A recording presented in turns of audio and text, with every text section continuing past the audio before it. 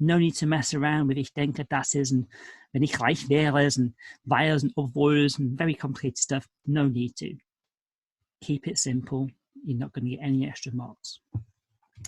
And there's no point in looking at the bottom here. Let's look straight at the top. How do I get 15 out of 15 for this photo card? So the speaker replies to all questions clearly and develops most answers. He, she gives and explains an opinion. Right, what strikes me here is, first of all, you reply to all questions clearly. So there are 5 questions. You need to give 5 clear answers. Clear meaning we understand what you're saying.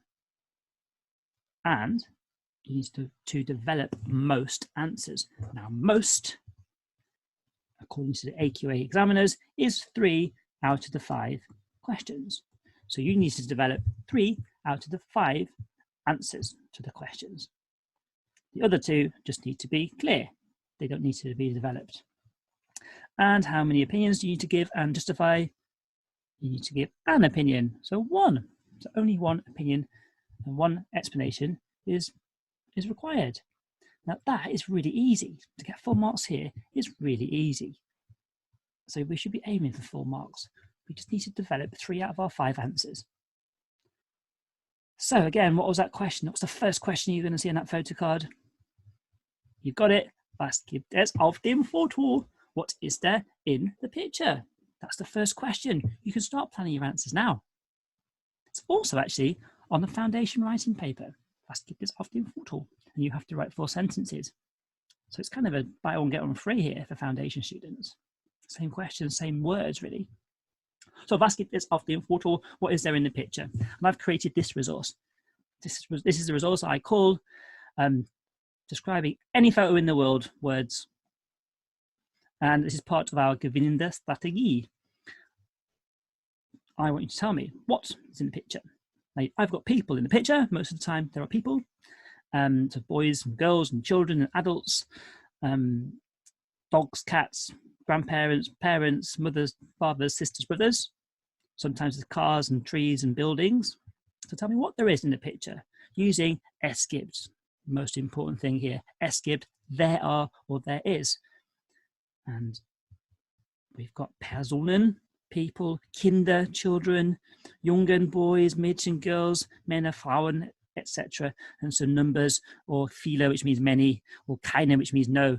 So straight away here, I can say in German, there are 4 children, there are 3 boys, there is 1 girl, and already I've given 3 bits of information. So es gibt 4 Kinder, there are 4 children, it's already 1 bit of information. And I suggest you make 2 these sentences, try and link them together with und then move on. Now it's photo. It's either going to be taken inside or outside. So we can say straight away for any photograph where they are. There are people in it, and sie sind is they are. So es gibt, there are, sie sind, they are.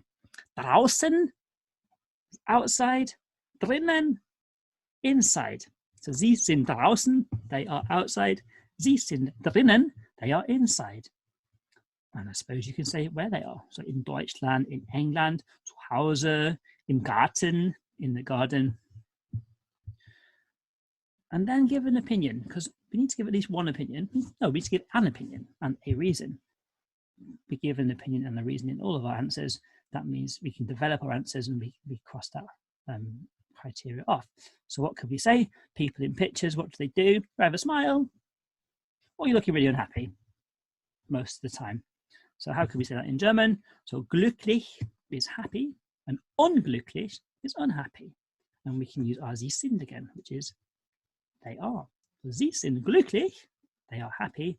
Sie sind unglücklich, they are unhappy. Now some photos, maybe this one is one of them, we're not too sure if they look happy or not. So where you see the asterisk is, this is where you put your opinion. So you just say, I think, ich denke. I think they are happy. Ich denke, sie sind glücklich. I think they are outside. Ich denke, sie sind draußen. The examiner can't complain then. If you say, I think, they could be happy, they could be sad, I don't know. It's up to you to just justify your answer. So if people are smiling, what are they generally doing? If people are happy, they're generally smiling. So sie lächeln, they are smiling. And if they're not, Sie lächeln nicht. They are not smiling. Use a cheeky little den, which equals because. And before we know it, we've got our only opinion that we need and our only reason that we need.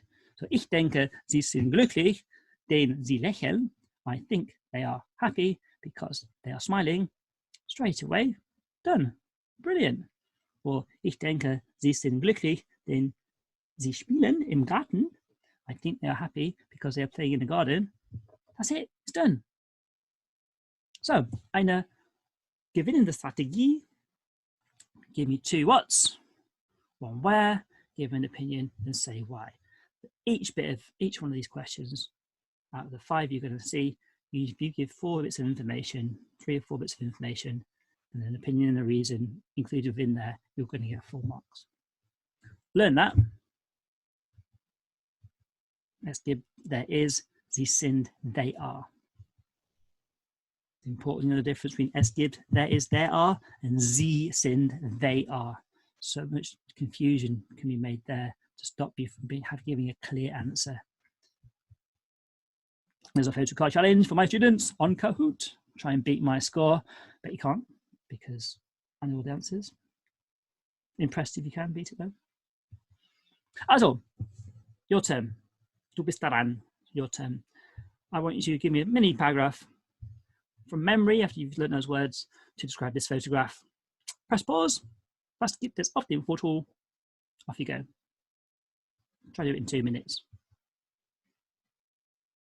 Okay, this is the actual photo card. This is a real photo card from, I think it's 2018. And eine gewinnende Strategie, a winning strategy, is to read it. Always helps. And there's, apart from the questions on the bottom, which we can answer, of course, there's some other really, really key information on here. So first of all, if you've seen, it tells us, it says your teacher will then ask you questions about the photo and about topics related to my studies. It tells you the topic. It tells you the topic. Here we have my studies. Now, what theme does my studies come from? That comes from theme 3. So we know this photo card is about theme 3. Now, why is that important? How can we use that to our advantage? I'll tell you how. You've got to choose a theme for your general conversation. Yeah, because part of this exam, you've got a role play, part 1, you've got a photo card, which is this, part 2, you've got your chosen conversation theme, part 3, then you've got the other general conversation theme that's left over. Okay, now, the photo card theme 3, we've worked it out. Let's say you chose theme 1 as your chosen theme. After you've been learning your answers to all those responses, what theme is going to be the end of the exam? What theme are you going to do after your chosen theme? You've got theme 2. So you know from this photo card that your final conversation is going to be on theme 2. How does that help you? What can you do to help yourself? Well, you're going to get 12 minutes to prepare with the invigilator for the role play and the photo card. If you can prepare for that with, let's say, 2 or 3 minutes to spare, it means you can be thinking about your theme 2 questions and maybe jotting down some answers to help you do a bit of preparation for that. So, eine gewinnende Strategie von Herrn Hillage. Also, you know that the teacher's going to ask you 2 more questions. Don't be caught out by this. You've got 3 questions about the topic, 1 about the photo card. You know there's going to be 2 more questions about this general subject, my studies. So you can predict what they're going to be. What possible questions could your teacher ask you on my studies that aren't mentioned on here? Like, I don't know, what would you like to study in the 6th form could be a question. Do you prefer maths or science could be a question. Could be anything like that. Okay, so they were my gewinnende Sprachstrategien, my winning speaking strategies. There are more though. So look at the questions. Zoom in on the questions. You've got 3 questions. Okay, it's going to be the same style every single time. The first question, you know, it's going to be that question. Was gibt es auf dem Foto? You can start preparing that for now for your GCSE, whatever it is. You know that question is going to appear, and you give 4 bits of information about that. Try and include an opinion and reason, and you've got that criteria done. The second one, wie wichtig ist Kunst? Warum? That's going to be your opinion and reason question. From the criteria, das Benotungssystem, we saw that you need to give an opinion and a reason. This is a question where the examiner tries to get you to give this. So we can prepare for that really, can't we? You don't have to give opinions and reasons. Simple. The third bullet point here is always in a second tense. Okay? Now the first two bullet points are always in the present tense. That last bullet point will either be in the past tense or a future tense. Which one is it here? Was hast du dieses Jahr in der Schulbibliothek gemacht? Where you've got gemacht and hast. Du hast gemacht, past participle, in the past tense, isn't it? What have you done? Anytime words? Yep, dieses Jahr. What have you done this year? Die Schulbibliothek, let's break it up. Schul, school, bibliothek, book, library. What have you done this year in the school library? That's your past tense question. Now, if you know that's the past tense, I can tell you now that the other two questions that you don't see, one of them is going to be in the third tense. So 3 tenses are in present, past, and future. The third question is going to be in the tenses left over. Here we have present tense and past tense, which means that fifth question or fourth question is going to be in what tense? Yes, a future tense or a conditional tense. So a will question or a would like question. You can predict that. You can predict that in the preparation stage, and you can be thinking, predicting what question your teacher could ask you.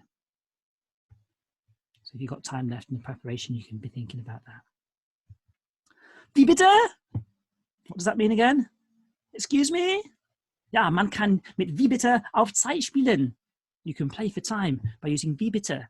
If you say wie bitte in your exam, your teacher is going to have to repeat the question, and they're probably going to do it a bit slower, and that will give you time to plan your response.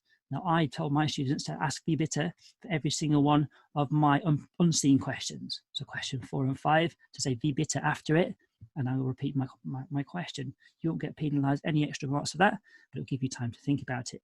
Wie bitte? Hast du ein Haustier, Herr Hillich? Wie bitte? Magst du schwimmen, Herr Hillich? Wie bitte? Was ist besser? Musik oder Naturwissenschaften? Wie bitte? Get practicing that word. So we know our first 3 questions. The other 2 questions we don't see. 2 more. We haven't prepared for them, but we can guess. I guessed about 6th form, didn't I? Let's see if I'm right.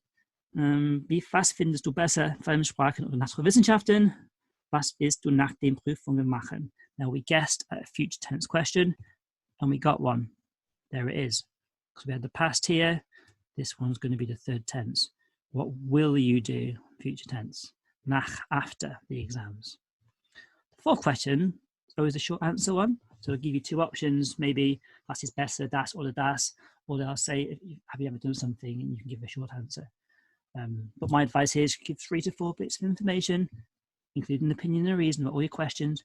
That's how you're going to get full marks. Okay, more gewinnende Sprachstrategien von Herr Hillich. More winning speaking exam strategies from Mr. Hillich. So your turn now. I want you to pause this. I want you to prepare your response for these 3 questions. I'll give you 8 minutes because I reckon you need 8 minutes out of the 12 minutes you get to prepare for this photo card. The other 4 minutes you can use for the role play, which we'll do in another video. So do that first. So pause, do it. Then when you've finished, I want you then to listen to a student that's already done this test. I want you to listen to their response and see how it goes. And then after that, if you're feeling confident, I want you to replay it and then pause after when I ask the question, and then you tell me your answer. And then on the other 2 questions, pause them and you try to answer. That'll be great practice. And say it out loud as well. Get a bit confident. Okay, pause it, do it. Und jetzt die Fotokarte. Was gibt es auf dem Foto? Es gibt 4 Kinder und eine Lehrerin. Sie sind drinnen. Ich denke, sie sind glücklich, denn sie lächeln. Und wie wichtig ist Kunst und warum? Kunst ist sehr wichtig, weil sie uns hilft, die Welt zu verstehen. Aber mein Lieblingsfach ist Englisch, weil ich gerne lese. Und was hast du dieses Jahr in der Schulbibliothek gemacht? Ich habe gestern in der Schulbibliothek gelesen. Ich war gut, weil ich gerne lese und mein Lieblingsbuch ist Harry Potter und der Stein der Weisen. Und was findest du besser, Fremdsprachen oder Naturwissenschaften? Ich finde Fremdsprachen besser, weil ich mit Menschen aus anderen Ländern sprechen möchte.